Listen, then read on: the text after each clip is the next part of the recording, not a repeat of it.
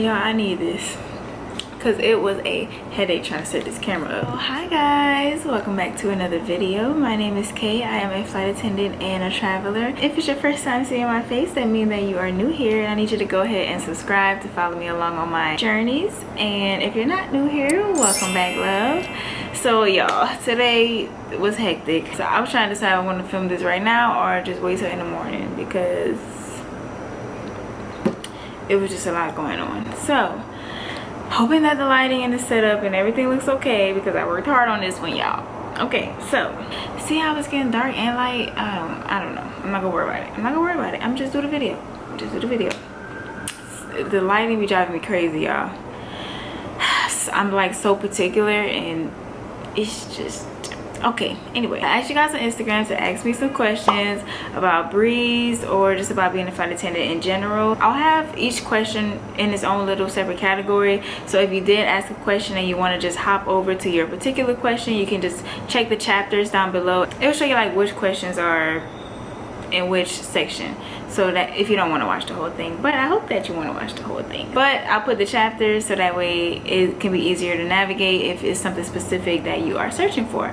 So without further ado, we're gonna go ahead and get started. I have my phone here and I'm just gonna go through some of the questions, see if I can answer it for you guys. I broke it up into 3 categories, and those categories are general flight attendant questions, questions about hiring, and then just questions about Breeze, like overall. So the first category I'm going to start with is hiring. Hold on, let me close this door. Oh, is it hard to get hired if you're not 21? So actually it's not that hard to get hired just because you're not 21. So guys, unfortunately, sometime between when I went to training and present day, they updated the hiring age. So in order to apply to be a flight attendant, you have to be the age of 21. I don't know when that was implemented, but I went to look at it recently before I finished editing the video just to double check all my information, and I noticed that the age is now 21. So I'm sorry. One of the next questions was how to pass the quiz. So I mean, the quiz is pretty much just like, it's more so how you study. So I would recommend that you just find out what works for you in training. Like find out like what's your study method and do that. Also, another thing that helped me to pass was flashcards, Quizlet, and also studying with the group. That helped me a lot. Like we would have study sessions almost every day after class. So I would definitely recommend that. You may not be a person that can study in a group, and that's okay. Don't do something that's not going to be beneficial to you. If you're a visual learner, then draw pictures and do diagrams. If you learn better by hearing, record yourself saying some of the drills, or record yourself saying definitions and then listen to it back. Like pretty much there's no one trick to pass. You just pretty much have to do what works for you. Hopefully that will help you to pass. Like if you're not a good test taker, I can be that way sometimes too. I definitely recommend just reading the question twice, making sure that you understand what it's asking before you answer, and just take your time because you get plenty of time. You really just have to figure out what's best for your retention of the information pretty much. And somebody else asked, I started training on the 29th. Any exam tips? So pretty much basically the same thing that I just said. Did I talk about it?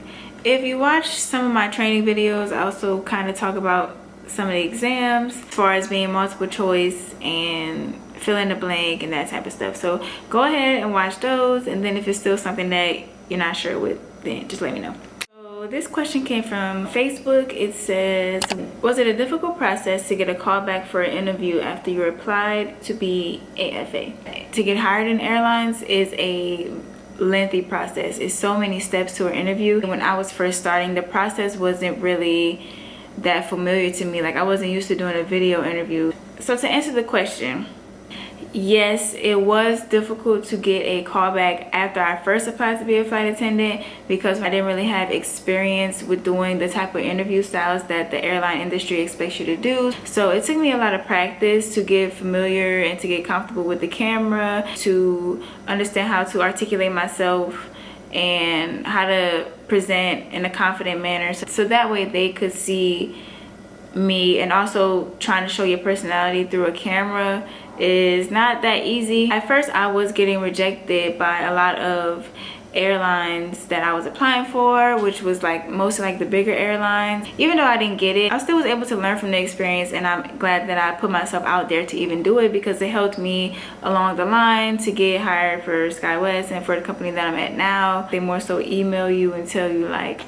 hey, like, you wanna get it, this ain't it, we pick some other people over you, like. But they won't give you a reason why, and I think that can also make it difficult, because you like, dang, I'm applying, I'm interviewing, I'm not getting any callback. You just kind of drive yourself crazy trying to think of what could you have possibly gone wrong. And also most companies use AI to like weed out the candidates. AI like judges you by your smile, your eyes, and like stuff like kind of shallower stuff. They may reject you before an actual person even sees you. And I think I applied for 3 airlines before I got to the one that I first went to. So I have an in-person hiring event for Breeze tomorrow. I'm excited and so nervous at the same time. Any tips that you may have? Thank you for your videos. Oh, thank you. The in-person hiring event is something new that the company has started. So originally when I first went through, we didn't have in-person hiring events, and I guess they just started it as another avenue to find flight attendants, which I think is pretty cool, because you don't have to go through all the steps that I talked about in my other video. I'm not too familiar with this process, but for those of you watching, the person that actually DM me this question, she went to a hiring event and she got her CJO, so congratulations. But she also was able to give me a little insight on the process, and I was asking her if she could let me know kind of how it went, just so I can relay the information to you guys, so y'all can know. All this, what I'm saying, is just coming from her experience, and I'm just going to share that with you guys. The process of the in-person hiring event wasn't too bad, just long, but that's expected, about 4 hours. We had group interviews and also individual interviews. They went over the flight attendant job description and pay, etc. She met some great people. She made sure that she talked to everyone and smiled the whole time. Okay, so I asked, like, did she have to do anything prior to actually going to the hiring event? You did have to do the online application and already have a passport, or in the process of having one, in order to attend the hiring event and be on the list to check in. No one was sent home during the hiring event, but you can tell who was not going to be considered. She said there was a lot of people who were bragging how they want to become a flight attendant because they love to travel. In her opinion, she feel like if you just there saying that you want to travel, then that's not really a good look, because it's more to being a flight attendant than just traveling. So that's a little tip from her. And she also said make sure that you dress like you're going to an interview and not like you are going to a friend's house. Yes, our dress code is smart casual, but you still want to make sure you look presentable, still look like you're going to an interview. So just to reiterate, you do have to have a passport or be in the process of getting a passport, which means that you will have your passport receipt. From there, you were able to attend the in-person hiring event. Make sure you dress the part, not like you're going to a friend's house. Make sure you know why you want to be a flight attendant, and let that be more than just traveling, because it's definitely more to being a flight attendant than that. So again, congratulations and thank you for the information.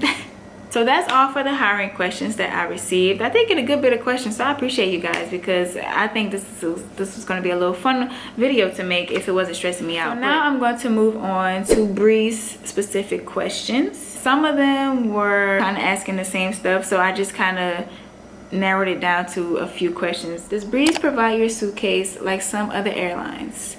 And the answer to that is yes. So when I first went to training, we were only given a Breeze backpack, and that was because we only did day trips, so a full luggage wasn't really needed. But then once we started incorporating charters, and then we started getting more layovers outside of charters also, because some bases do have layovers, then they provided us with a Travel Pro suitcase. But it's a pretty nice durable suitcase. My only recommendation is don't stuff it too full, because otherwise it will not fit on the planes. Don't even put nothing in the front pockets, and don't put the extender, just pack light. But yes, we do get a suitcase. Long question short. No, long answer. Long story, yeah. Long story short, as a full-time flight attendant, how's the schedule and how many flights per week? This one can vary. So what I decided to do was I'm going to insert a picture of a full-time line somewhere on the screen, but I'm gonna pull it up on my phone so that I can talk through it with you guys. Actually, our schedules just came out for the month, so I'm gonna pull a full-time schedule and kind of give you guys an idea of how many hours a full-time line holder have at 2 different bases. So I'm going to do my base because so many variables that play a part into it, so I can't really give a specific, so I figured it'd just be best if I can provide an example. For MSY, I'm just going to pull like the first line. Okay, so y'all can see on the screen that this is the first person is a full-time line. They're credited at 81 hours that month, and they have 17 days off. And y'all can see she's working the 1st, the 3rd, the 4th.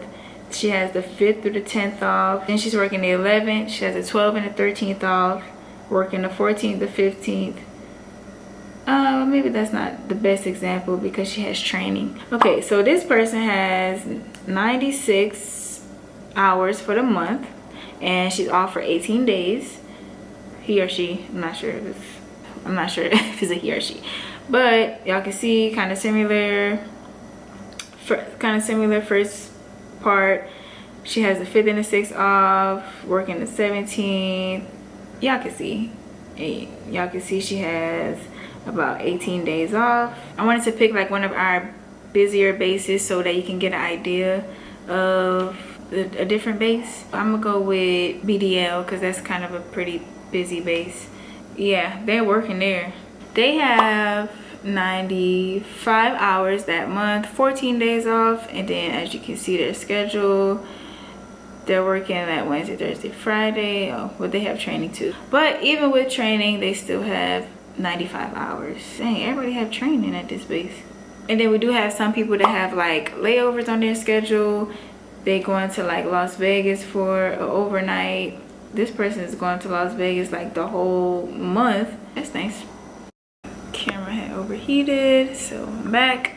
How much can a full-time flight attendant make monthly in their first year working with Breeze? I would say if you're a first-year flight attendant with Breeze, the best way to kind of know how much you'll be able to make monthly is by calculating our guarantee. The guarantee hours means that no matter if you work under this amount of hours, you're still going to be guaranteed at that pay. Because you're on reserve, and depending on where you're based, you might not get used that much as reserve, or you might get used a lot. When I first started in New Orleans, I wasn't really getting called that much, but I was still getting my guarantee. Our guarantee pay is 70 hours per month. 70 hours times the base pay, which we just got to raise, y'all. So the base pay is now $25. So you multiply 70 hours by 25, and that is like the minimum that you are making. The minimum. That's the minimum that you're making per month. And then I think after 6 months, it goes up to, don't get me to line, let me look it up. Okay, and then after 6 months, you will go up to $27. So that's kind of what you can expect. I would do $25 for 6 months and then $27 for the other 6 months. That's the minimum, like I said. You can pick up shifts to be able to make more. You can pick up for critical pay. There's different type of avenues to make more, but if you want like a realistic idea, I would just go with the base foundation. How many days off a month do you get? Which kind of goes along with the 2 prior questions. For full-time, you get 11 to 12 days off depending on the month has 30 or 31 days. And then for part-time, you get 18, 19 days off. On reserve, that's how many days off that you have. When you have a line, as you saw, some people get 17, 18, 19 days off. And then for part-time, some part-timers with a line get like 25 days off. That's the difference between the reserve and the line holders. How strict is Breeze about their flight attendant appearance?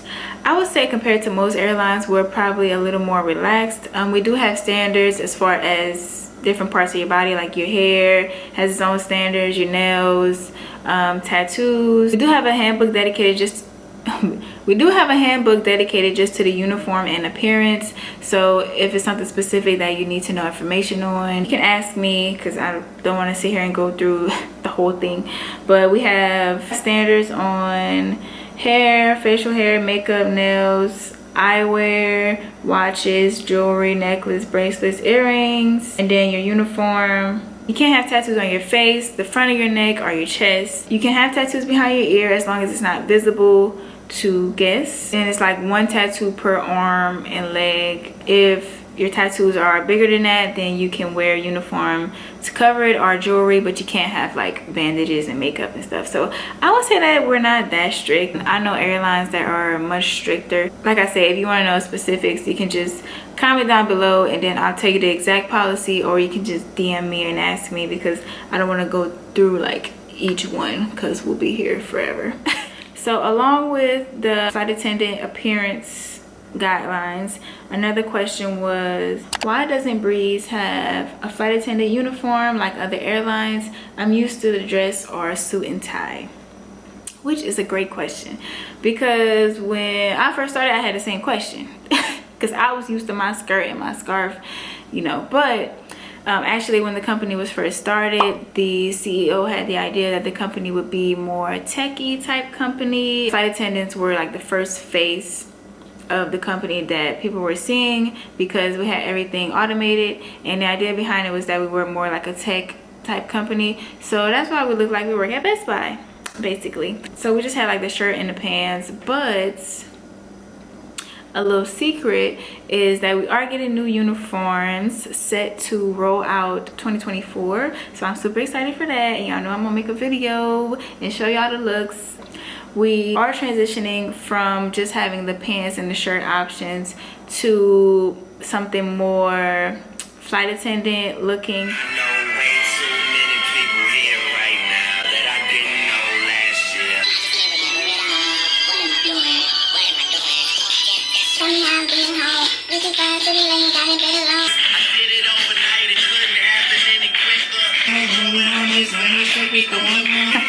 That part is good. Okay, I'm sorry, my camera overheated, so I had to have a little Drake break. A little Drake break. Yeah, I'm going to see Drake next month. I'm so excited. But anyway, like I was saying, we are getting new uniforms, but it's not going to be too fancy of a dress like suit and tie. More kind of still relaxed, but it looks way better, y'all. It looks way better. Blazers, dresses, and scarves. Still sneakers, no heels, but I think it's a step in the right direction. I can't wait to show y'all. So another question I got is, I wanted to ask about the testing policy Breeze has. I know DOT employees are subject to random testing, but in your personal experience, how often have they given you a random test? How does it work? And also, I heard that the DOT approved saliva testing as an option for airlines to use as of June 1st. Did Breeze adopt the change? That's a great question. Actually, I have been at the company for almost 2 years and I have not been tested. That's not to say that you won't be tested, but because I do know a good bit of people that did get tested, so it is random, so you don't know like when you're going to get tested, and that's the point of it. Still err on the side of caution. You do want to abide by the alcohol policy. So basically how it works, you finish your flight for the day and then you get off the plane and the drug tester is waiting to meet you, or you show up at the start of your trip and the drug tester is waiting to meet you, or you finish at a layover and tester is waiting to meet you. Actually, one time I was working a charter. We had ended in Vegas. When we got off the plane, there was a tester waiting inside. So I walk in, I'm like, why is it? Because it was kind of late. I'm like, why is this man like just kind of lingering? He was like lingering around us, like just lingering around. So I'm like, okay, like he not really saying nothing. So soon as the captains came off the plane, he was like, hi, are you such and such? And it's like, oh, well, you have been selected for a random testing. So that's pretty much how it works. It's just random, and also whenever you are selecting, you do get 30 minutes of pay. The saliva testing, that is not something that we do, and I know that it just got approved, but I'm guessing it's not something that we're doing yet because I haven't heard much about it. Like, they never put out any information about it. So as of now, we don't do saliva testing, just urine samples. So now for the big question that I always get a million times over and over, and what a bunch of you guys ask, the travel benefits. So we do get benefits. I'm gonna break it down is 30 days, 90 days, and 180 days. After 30 days, you can use Breeze to travel. After 60 days, not 60, 90. After 90 days, we get more agreements with smaller airlines like Spirit, Sun Country, some like boutique airlines that you probably never really heard of. After the 90 days, then we would get more benefits once we hit our 6-month mark, which is 180 days, and that is when you have access to the Breeze universe. That's when you have access to the Breeze universe, because baby, we get close to 100 airlines that we have benefits with. So there's no way that I could list them all. We do get benefits with more popular airlines that you would know, like United, Delta, Alaska, Spirit, Emirates, Qatar, however you say it, JetBlue, Southwest, Avianca, Azul, Rwanda Air. We get Iceland Air. We get benefits with so many airlines around the world. It's just no way that I could sit here and go over it all. When you get access to the travel benefits, you get this whole spreadsheet of all the airlines that you can fly, and it's broken down into columns. It'll say United, and it'll say like the Z level, which means how much money you would have to pay. So if it says Z low, then that means you don't pay as much. Then there's medium, and then there's high. Depending on the agreement with the airline is what we pay. But the different benefits depends on you, travel spouse, you, your travel companion, y'all, I'm tired, your travel companion, your spouse, your parents, your children. Like, we have different categories beside the airline that will let you know if those people also get the same benefits as you and what level of fare that they get also. So it's kind of complex, but once you're in it, you understand what I'm talking about. So out of those, the ones that you get free will be Breeze, and then you have to pay a small fare or medium or high fare on the other airlines that you get benefits for, which is always still better than the regular ticket prices. So do you only get flight benefits with Breeze, or do you get partner airlines as well? So we do get both. So someone asked this question. I thought it was a really good question. It says, what are the immediate cabin agreements fresh out of training? And cabin agreements mean that you are able to commute on the airline. If you are a commuter, you can use these airlines right out of training at no cost to get back and forth from base to home. I use them pretty often, which this just recently got updated, like at the beginning of August. You can commute on JetBlue, Southwest, Alaska, Spirit, Frontier, Sun Country, Silver, Airways, Global X, and Horizon Air. I think that's great for people that can't live in base and need to commute. You have much more options. If you don't get benefits with partner airlines,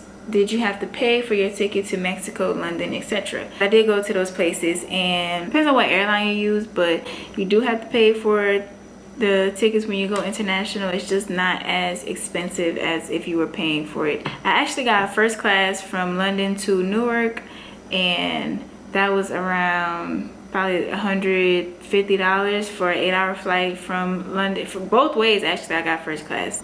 And when I looked up the regular price, it was like $1,000. So I definitely think that it's worth it. So I hope that answers all of those for y'all. I'm filming this after I already filmed the video, and I had 2 last minute questions that came in because I had a post up on my Instagram from yesterday that asked if people had any last minute questions. I thought these were really good questions, so I was like, let me add these in. How long until you can switch bases if you don't get the one you want? So when you get hired, you can either be hired into a specific base that you want, or you can choose to go like under any base, and then they'll assign you a base. So you have either of those options.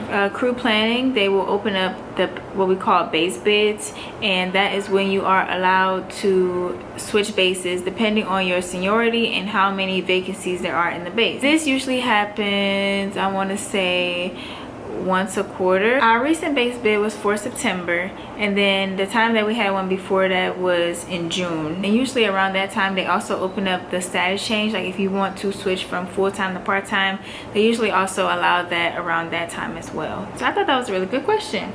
How many people are you allowed to give benefits / buddy passes to? We just recently got buddy passes. Honestly, pretty much anybody that you want to give a buddy pass to, you can give a buddy pass to. They don't have to be on your benefits. You get 6 buddy passes a quarter. They will also have an expiration date beside it. I'm gonna see if I can pull up mine so y'all can see my buddy passes, so that y'all can see the buddy passes. But keep in mind that when you give people your buddy pass, they represent you, because if something happened, I don't want some random person that I just gave my buddy pass to get my benefits taken away, because at the end of the day that will come back to you. So you don't want to just put anybody, you just don't want to give anybody a buddy pass. You want to make sure like you actually know them.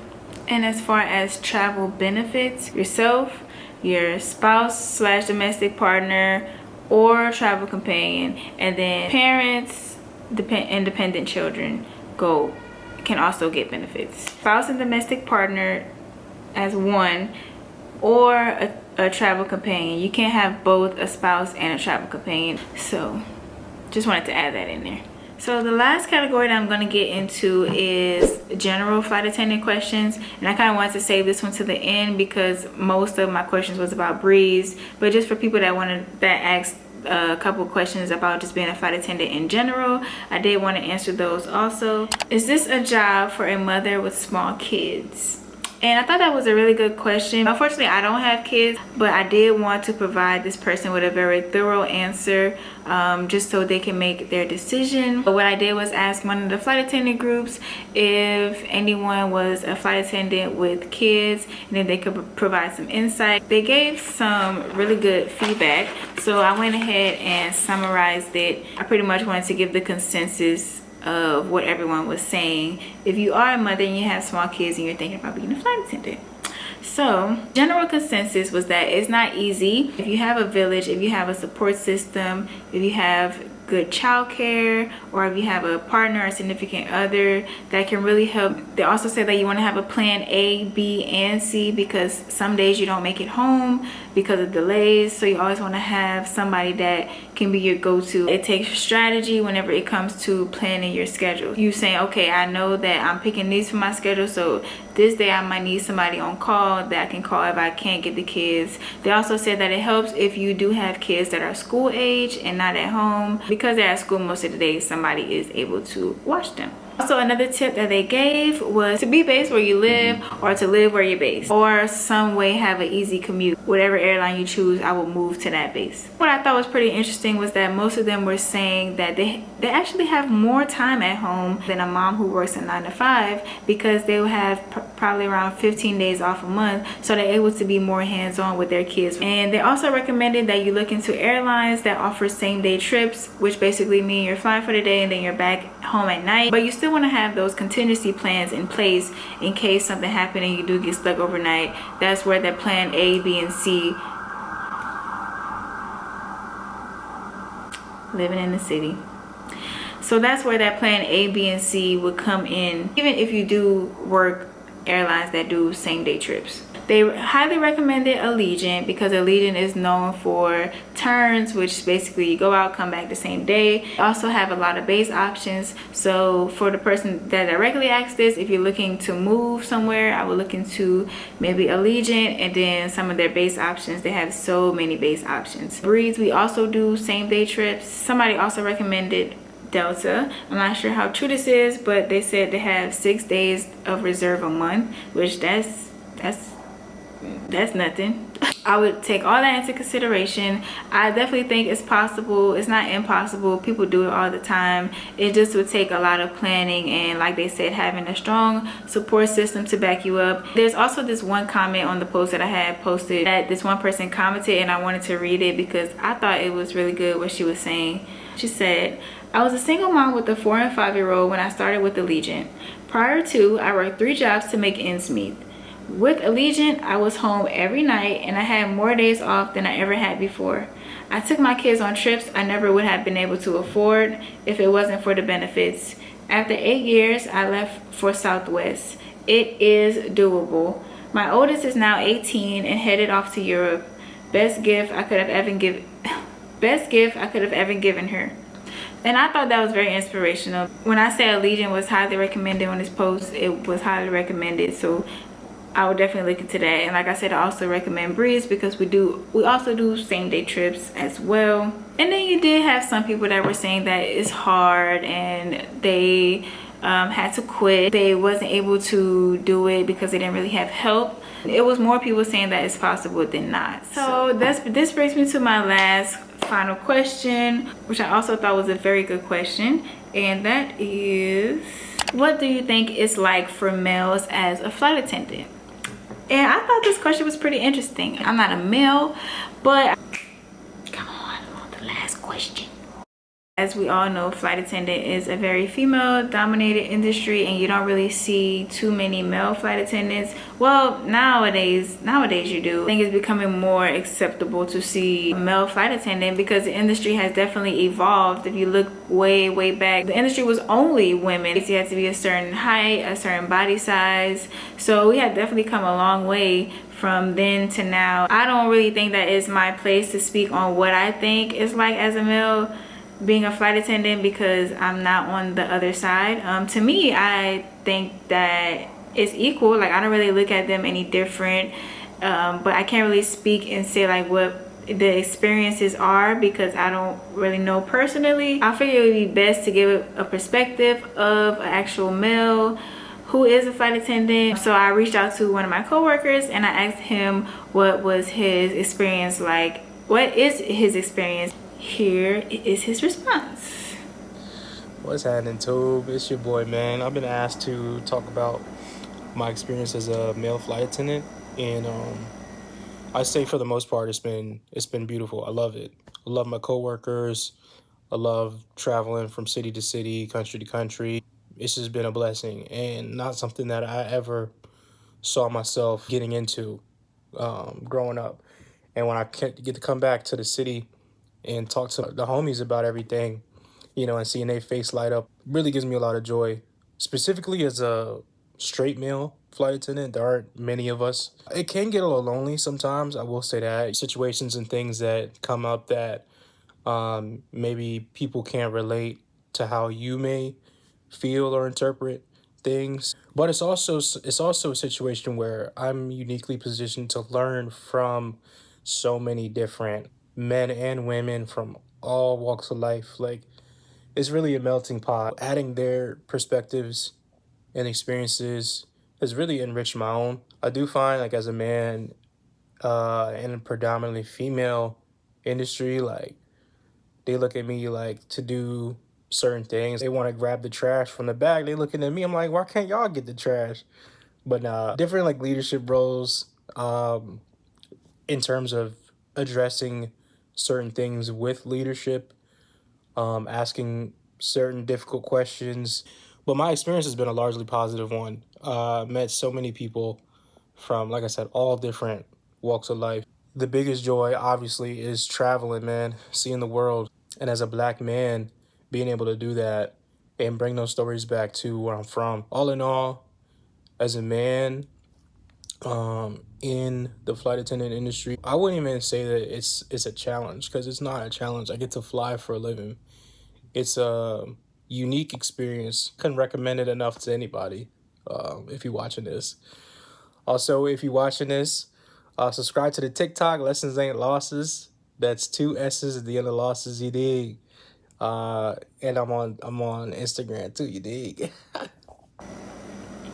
So I hope that was able to provide a little insight for you. Like I said, I really feel like it's my place to thank you all for submitting the questions, because when I first put it out, I was like, ain't nobody finna ask no questions. I'm not gonna have no video to make.